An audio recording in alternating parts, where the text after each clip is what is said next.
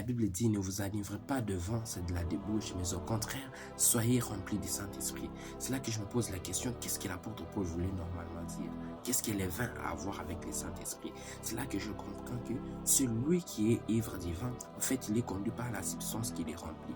Et aussi, celui qui est ivre, celui qui est rempli du Saint-Esprit, en fait, il est conduit par la substance qui les remplit. Bien que le Saint-Esprit ne soit pas quelque chose, mais c'est une hypothèse que Paul a relevée pour essayer de mettre en fait, il essaie de comparer des choses. Il essaie de dire, celui qui est rempli d'alcool, ça lui conduit tout droit vers la débauche.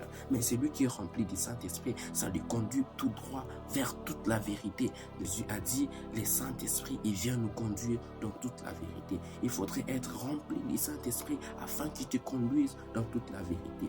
La Bible dit, ceux qui sont fils de Dieu, ils sont conduits par l'Esprit de Dieu, conduits vers la vérité de Dieu, par l'Esprit de Dieu. C'est ce que j'ai compris. Et je me suis dit, je vais partager avec vous cette merveilleuse méditation. Je crois qu'elle vous fera aussi beaucoup de bien. C'est là que je me suis aussi posé la question, comment être rempli du Saint-Esprit?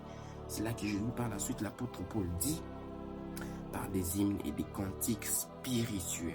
Mon Dieu, dans cette génération où on a Daniel Panam, où on a Daniel Lubams, où on a Tom Sumbouma, où on a des Namwana, où on a assez de personnes, vous n'êtes pas remplis du Saint-Esprit par